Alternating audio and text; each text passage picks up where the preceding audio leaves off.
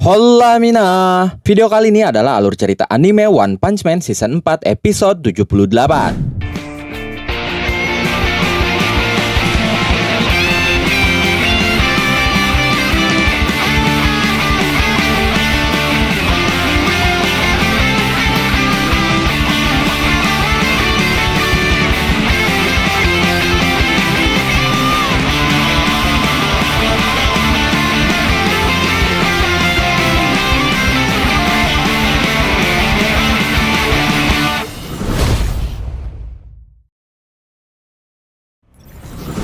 Bang yang mendengar permintaan King yang ingin menjadi lebih kuat terlihat keheranan. Dia berkata, "Kau bilang lebih kuat, kenapa kau ingin menjadi lebih kuat? Kau sudah mendapatkan kekuatan yang tidak ada bandingannya." Dengan suara lirih King berkata, "Bukan seperti itu." Lalu Bang berkata lagi, "King, aku pun pernah menjadi jahat waktu masih muda dulu. Saat aku ingin memulai kehidupan baru, aku sedikit kesulitan memutuskan bagaimana tepatnya dalam menggunakan kekuatanku. Aku memiliki pemikiran yang sama denganmu. Dulu aku berpikir, andai saja aku bisa lebih kuat lagi, aku bisa memusnahkan semua iblis di seluruh dunia. Tapi itu adalah hal yang tidak mungkin. Garo pun berlatih dengan kerasnya dan berakhir dengan kegagalan. Tidak peduli seberapa kokoh sebuah pilar, tapi kalau hanya satu pilar saja, tidak akan bisa menahannya. Di zaman ini, para monster mulai mengincar penduduk biasa lebih dari sebelumnya. Daripada mencari cara untuk memperkuat diri kita sendiri, walaupun sudah sangat kuat, apakah menurutmu tidak lebih penting kalau kita mengembangkan kemampuan untuk menuntun orang-orang yang lebih lemah dari kita? Contohnya yang dilakukan di dojo. Bagaimana? Apa kau ingin bergabung denganku?" Lalu King berkata, "Kau tidak mengerti Tuan Bang." Setelah itu, King Engine pun tiba-tiba aktif. Lalu King berkata, "Aku tidak membicarakan skala besar seperti itu. Masalahku lebih sederhana. Aku lemah dan aku ingin menjadi lebih kuat. Aku sama sekali bukan pria kuat yang dipikirkan orang-orang. Semuanya bohong. Aku ini orang lemah." Mendengar fakta itu, Charanko sangat terkejut. Dia berteriak,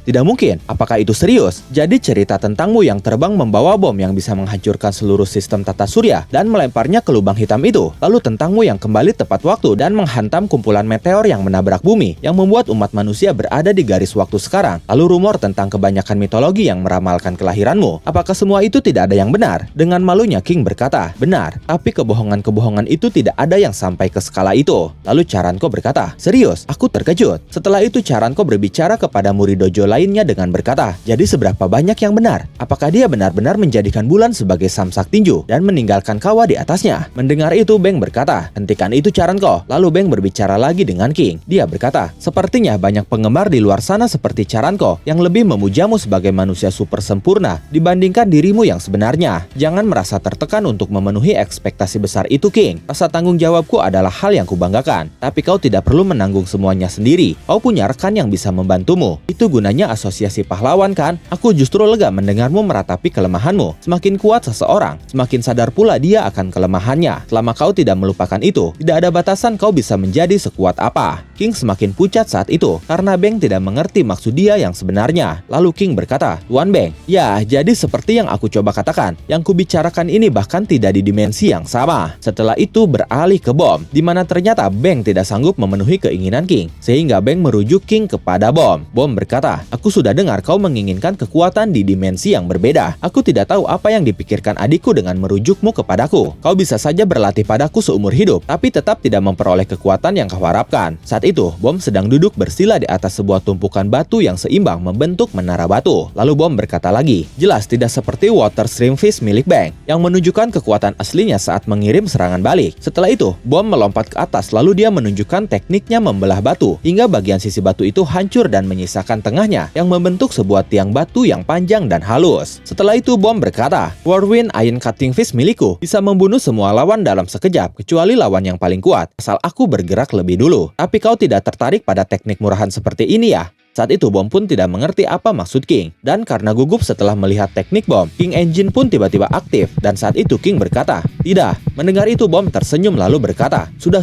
tenang saja. Aku tidak takut padamu, dan aku terlalu tua untuk membuatmu memprovokasiku supaya bergerak lebih dulu. Aku justru akan menuliskan surat perkenalan untukmu. Baiknya kau kunjungi mereka. Latihan Qigong tradisional harusnya bisa menenangkan kondisi haus darahmu, ya kan?" King pun akhirnya mendatangi tempat yang dirujuk oleh Bom. Penanggung jawab tempat itu berkata, "Surat perkenalan dari Tuan Bom. Omong kosong, apa yang bisa kau pelajari dari dojo kami? Ku tahu keberadaan seni Kigong Gaya King akan menjadi hal yang mengerikan. Tapi maaf, kami tidak bisa membantumu mengembangkan teknik pamungkas yang baru. Ada kelompok yang lebih fokus pada pertempuran dibandingkan kami. Mereka kumpulan orang yang berkepala panas. Tapi aku yakin kau akan baik-baik saja." Di sini kesalahpahaman King terus berlanjut dan King terus saja dirujuk ke tempat lain karena tidak ada yang mau menerima King yang mereka anggap sudah berada jauh di atas mereka. Di tempat rujukan selanjutnya, mereka berkata, "Kau dikirim ke sini oleh dojo itu." Mereka pun berdiskusi sambil berbisik-bisik supaya King tidak mendengarnya. Mereka berkata, "Bajingan-bajingan itu, apakah mereka mengirim King ke sini untuk menghancurkan kita? Aku yakin King ada kaitannya dengan kekalahan monster manusia itu juga." Setelah itu salah satu dari mereka berkata, "Tapi kami sudah bersikap baik sejak monster manusia itu dihancurkan. Jadi tolong jangan mengamuk. Kami akan memperkenalkanmu ke tempat lain." Saat itu berbagai tempat pelatihan bela diri berbagai aliran tidak ada yang mau menerima King karena menganggap bahwa mereka tidak layak mengajari seseorang yang sudah berada jauh di atas mereka, terlebih dari pengalaman bertarungnya. Beberapa dojo pun sudah mendengar isu bahwa King sedang berkeliling mengunjungi dojo-dojo dan mereka saling mengingatkan untuk tidak mencoba bertarung dengannya. Bahkan ada beberapa yang mengira King datang untuk menghancurkan dojo mereka dan ada juga yang mengira King terlibat dengan pencari bakat dari asosiasi pahlawan dalam rencana rahasia mereka menggoyahkan oposisi dengan menunjukkan kepada oposisi betapa jauhnya kemampuan mereka dibandingkan asosiasi pahlawan. King benar-benar frustasi saat itu. Dia berkata di dalam hatinya, "Mereka bahkan tidak mau mendengarkan apa yang coba aku katakan, apalagi menerimaku. Betapa berlebihan citra palsu tentangku ini." Setelah itu King dirujuk ke sebuah pegunungan. Dia menaiki anak tangga yang sangat banyak sambil berkata, "Aku sudah dipindah-pindah ke begitu banyak tempat dan sekarang matahari sudah terbenam." Setelah itu King tiba di depan sebuah gua di puncak gunung. Dia berkata, "Dan sekarang aku berakhir di sebuah gua yang jauh di dalam pegunungan. Aku bertanya-tanya apakah ada orang di tempat seperti ini." Lalu di sebuah dojo yang merujuk King pergi ke gua di atas pegunungan itu, seorang murid berkata kepada gurunya, "Guru besar Mechasuyo, tempat yang tadi Anda tunjukkan pada King itu, apakah itu tempat latihan terakhir yang legendaris?" Guru besar Mechasuyo berkata, "Ya, kurasa itulah satu-satunya tempat yang tepat untuknya. Tempat di mana semua orang yang berusaha berlatih melampaui batas kemampuan mereka berakhir. Kau harus menghadapi jati dirimu yang sebenarnya untuk mencapai pencerahan. Hanya King sendiri yang bisa meredam raungan buas dari King Engine. Dan juga, aku terlalu takut, jadi aku mengirimnya sejauh mungkin." Beralih lagi ke King. King mulai memasuki gua sambil berkata, "Permisi, apakah ada orang di sini?" Lalu saat King menatap ke depan, dia melihat seseorang yang sedang bertapa di sana. Tapi ternyata orang itu terlihat sudah mati dan mengering seperti mumi. King pun panik melihatnya. Dia berteriak, "Wah, itu mumi! Aku sangat yakin karena aku sudah melihat ini sebelumnya dalam anime. Ini adalah salah satu jenis pelatihan di mana kau harus memikirkan masa lalu dan masa depanmu, serta berbagai hal lainnya. Dan kau tidak boleh pergi sampai kau mendapatkan jawaban yang sempurna." Setelah itu King lari keluar dari gua sambil berteriak, "Ini bukan sesuatu yang aku cari." Setelah King pergi, orang yang seperti mumi tadi tiba-tiba membuka matanya lalu berkata, "Oh tidak, aku pasti tertidur." Sementara King sedang menuruni tangga dengan berlari cepat. Tapi saat berlari, dia dikejutkan oleh sosok yang sedang menatap ke arahnya yang terlihat seperti siluet dari Manako. Tapi setelah itu sosok itu pun pergi menghilang dengan cepat. King berkata, "Apakah itu seekor beruang?" Di dalam dari itu, King pun kembali menuruni tangga sambil berkata, "Aku harus cepat dan segera pulang ke rumah." Dan momen itu mengakhiri alur cerita One Punch Man Season 4 episode 78.